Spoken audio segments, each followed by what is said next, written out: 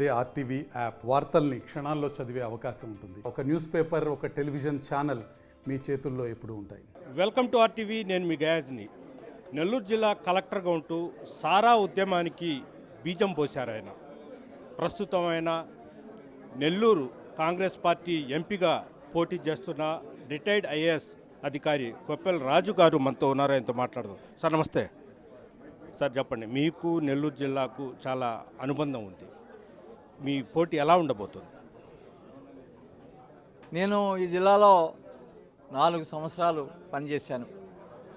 ప్రతిరోజు కూడాను జిల్లా ప్రజలు, ముఖ్యంగా పేద ప్రజల గుండె చప్పుడికి స్పందించేదానికి ప్రయత్నం చేశాను.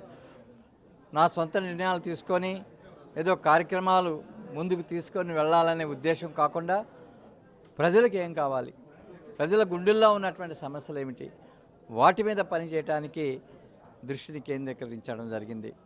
ఆనాడు గ్రామాలు పర్యటిస్తున్నప్పుడు పేద మహిళల్లో ఉన్నటువంటి నిరక్షరాస్యత చూసి వారిలో ఉన్నటువంటి పట్టుదల, మేము కూడాను అక్షరాస్యులు కావాలి, మేము కూడాను అభివృద్ధిలో భాగస్వాములు కావాలి అనే ఆలోచన వారు నా ముందు ఉంచినప్పుడు దానికి స్పందిస్తూ ఈ దేశమే గర్వపడే పద్ధతిలో ఒక ప్రజా ఉద్యమాన్ని ఆనాడు చేపట్టడం జరిగింది. సాక్షరతా ఉద్యమం. కొన్ని లక్షల మంది ప్రజలు ఆనాడు నాతో నడిచి మరి ఈ సాక్షరత ఉద్యమం మంచి ఫలితాలు ఇచ్చేందుకు మరి దోహదం చేశారు. దాదాపుగా 70,000 మంది యువకులు ఎటువంటి పారితోషానికి ఆశించకుండా నైట్ బడులు చెప్పటానికి ముందుకు వచ్చారు. ఆ విధంగా వారు చేసిన కృషి మూలంగా 6 లక్షల మంది నిరక్షరాస్యులు మరి అక్షరాస్యులు అయ్యారు. మరి ఆ అనుభవం నాకు తర్వాత త్రూఅవుట్ ద సర్వీస్ ఎప్పుడు కూడానో నాకు ప్రేరణ ఇచ్చింది. యువకులు ఈ సమాజాన్ని నిర్మించేదానికి వారిలో శక్తి ఉన్నది, వారికి ప్రోత్సాహం ఇవ్వాలని అనే అనే అనే ఒక దృక్పథం నాలో బాగా ఈ యొక్క అనుభవంతో వచ్చింది. ఆ తర్వాత వచ్చినటువంటి సారాయి వ్యతిరేక ఉద్యమంలో మహిళల యొక్క శక్తి స్వయంగా చూసే అవకాశం వచ్చింది. మహిళలు మరి సంఘటితమైతే వాళ్ళు ఏ విధంగా వాళ్ళ సమస్యలు పరిష్కారం చేసుకునే దానికి వారికి శక్తి ఉంటుంది అనేది ప్రత్యక్షంగా చూసిన మీదట మరి రాష్ట్ర స్థాయిలో ఈ యొక్క ఆలోచనలకు పదును పెట్టి మొత్తం రాష్ట్రం మొత్తంలో మహిళా స్వయం సహాయక సంఘాలు ఏర్పాటు చేయటానికి నాకు స్ఫూర్తినిచ్చింది. ఇప్పుడు 2024 మీరు ఎంపీగా కాంగ్రెస్ పార్టీ నుంచి చేస్తున్నారు. అటు చూస్తే వైఎస్ఆర్సీపీ నుంచి విజయసాయిరెడ్డి బాగా డబ్బు గల వాళ్ళు, బలం ఉంది. అదేవిధంగా ఇట్లా వేమిరెడ్డి ప్రభాకర్ రెడ్డి పెద్ద పెద్ద డబ్బులు, కోట్ల రూపాయలు ఇచ్చేసి మీ పోటీ ఎలా ఉంటుంది వాళ్ళ మధ్య? పోటీ అనేది డబ్బుతో కొనలేని సేవకుడికి మధ్య ఉంటుంది.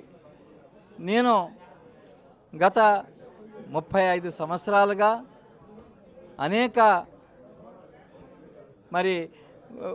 అనేక పోస్టులో నేను చేసినటువంటి సేవా కార్యక్రమాలు మరి క్షేత్రస్థాయిలో, జిల్లా స్థాయిలోనే కాకుండా రాష్ట్ర స్థాయిలో మరి కేంద్ర స్థాయిలో ఒక సేవా దృక్పథంతో పనిచేసిన నాకు డబ్బుతో బాగా డబ్బున్నవాడు నా యొక్క ఎలక్షన్ ప్రాస్పెక్ట్స్ని ఇన్ఫ్లుయెన్స్ చేస్తారు, అఫెక్ట్ చేస్తారనే ఒక డౌట్ లేదు. ప్రజలు తప్పకుండా ఎవరికైతే అటువంటి చరిత్ర ఉన్నదో, అటువంటి విషయాల్లో నిష్ణాతుడో, ప్రజల సమస్యలు అర్థం చేసుకొని విధి విధానాలు రూపకల్పన చేసే అనుభవం, మరి అన్ని స్థాయిల్లో పనిచేసినటువంటి పనిచేసినటువంటి వ్యక్తికే ప్రాధాన్యత ఇస్తారని నేను భావిస్తున్నాను. మీరు ప్రజల్లోకి వెళ్ళే ముందు ఎలాంటి ఎజెండాతో ప్రజల్లోకి వెళ్ళబోతున్నారు? నేను ఇందాక చెప్పినట్టుగా విద్యకి ప్రాధాన్యత ఇవ్వటం జరుగుతుంది. అది నెంబర్ 1 అజెండా కాబోతుంది. ఎందుకంటే ఈనాడు భారతీయ జనతా పార్టీ మరి పాలనలో గత 10 సంవత్సరాలుగా విద్య అనేది పేదలకు దూరం అవుతుంది. ప్రైవేటైజేషన్ చాలా పెద్ద ఎత్తున జరుగుతుంది. గవర్నమెంట్ కాలేజెస్, యూనివర్సిటీస్ మూతపడుతున్నాయి. మరి వేకెన్సీస్ ఫిలప్ కావటం లేదు. కాబట్టి విద్య మీద దృష్టి కేంద్రీకరించవలసిన అవసరం ఉంది. ప్రభుత్వ నిధులు పెద్ద ఎత్తున ఉపయోగించి విద్య అనేది అందరికీ అందుబాటులో తీసుకొని రావాల్సిన అవసరం ఉంది. క్వాలిటీ ఎడ్యుకేషన్ స్కూల్ స్థాయిలో, కాలేజ్ స్థాయిలో, యూనివర్సిటీ స్థాయిలో విద్యార్థులకి అందించవలసిన అవసరం ఉంది. ఈ అంశం మీద నాకు ప్రత్యేకమైనటువంటి దృష్టి ఇవ్వటం జరుగుతుంది. అంటే రాష్ట్ర విభజన తర్వాత కాంగ్రెస్ పార్టీ చాలా బలహీనపడిపోయిందని కూడా అనుకోవచ్చు. కొంతమంది అంటే కాంగ్రెస్లో ఉండేవాళ్ళు మొత్తము వైఎస్ఆర్సీపీ, టీడీపీ, బీజేపీ కట్ట వెళ్ళిపోయారు. వాళ్ళు మొత్తాన్ని కన్విన్స్ చేసే ప్రయత్నాలు అయితే మీరు ఏమైనా చేస్తున్నారా? రాష్ట్ర విభజన సమయంలో ఆనాడు కాంగ్రెస్ పార్టీ ఏపీ రీఆర్గనైజేషన్ చట్టంలో ఇచ్చినటువంటి హామీలు ఏదైతే ఉన్నాయో అవి ఏమాత్రం అమలు కాలేదు. వాటికంటే ఇంకా ముఖ్యమైనటువంటి హామీ స్పెషల్ కేటగిరీ స్టేటస్ అది గనక ఈ పార్టీకి అమలై ఉంటే గత 10 సంవత్సరాల్లో ఆంధ్ర రాష్ట్రం శరవేగంతో అభివృద్ధి చెందేది. అనేక ఇండస్ట్రీస్ రాష్ట్రానికి వచ్చి ఉండేది. ఉద్యోగ అవకాశాలు మరి యువతి యువకులకి ఎక్కువగా లభించేది. కానీ ఈ స్పెషల్ కేటగిరీ స్టేటస్ కోసం మరి పాలకులు ఏమాత్రం ప్రయత్నించలేదు. ఎంపీలందరూ ఎక్కువ మంది ఉన్నా కూడాను ఏనాడు కూడాను ఈ స్పెషల్ కేటగిరీ స్టేటస్ కోసం బీజేపీ గవర్నమెంట్ని నిలదీసింది లేదు. మరి కాంగ్రెస్ అధికారంలోకి వస్తే రాహుల్ గాంధీ గారు చాలా స్పష్టంగా చెప్పున్నారు, మొదటి సంతకం స్పెషల్ కేటగిరీ స్టేటస్ ఆంధ్రప్రదేశ్కి ఇవ్వటం. మరి కాంగ్రెస్ పార్టీ యొక్క మేనిఫెస్టోలో కూడాను చాలా స్పష్టంగా ఈ హామీ ఇచ్చడం జరిగింది. ఆ మేనిఫెస్టోలో కమిటీ మెంబర్గా నేను మరి ఆ యొక్క హామీ తప్పకుండా మేనిఫెస్టోలో పొందుపరచడానికి ప్రయత్నించాను, మరి విజయాన్ని సాధించాను. కాబట్టి వచ్చే ఎలక్షన్స్లో కాంగ్రెస్ పార్టీ తప్పకుండా అధికారంలోకి వస్తుంది. ఆంధ్రప్రదేశ్కి స్పెషల్ కేటగిరీ స్టేటస్ వస్తుంది. ఆంధ్రప్రదేశ్ అన్ని రంగాల్లో అభివృద్ధి చెందేదానికి ఈ స్పెషల్ కేటగిరీ స్టేటస్ ఎంతో ఉపయోగపడుతుంది. అదేవిధంగా చింతామోహన్, మీ కాంగ్రెస్ పార్టీ మాజీ మంత్రివర్యులు చింతామోహన్ కూడా తిరుపతిలో రాజధాని తిరుపతిని చేయాలని కూడా ఆయన డిమాండ్ చేస్తున్నారు. అది ఎంతవరకు కరెక్ట్? కాంగ్రెస్ పార్టీ యొక్క లైన్ చాలా క్లియర్. అమరావతిలో ఆంధ్రప్రదేశ్ రాజధాని కావాలి.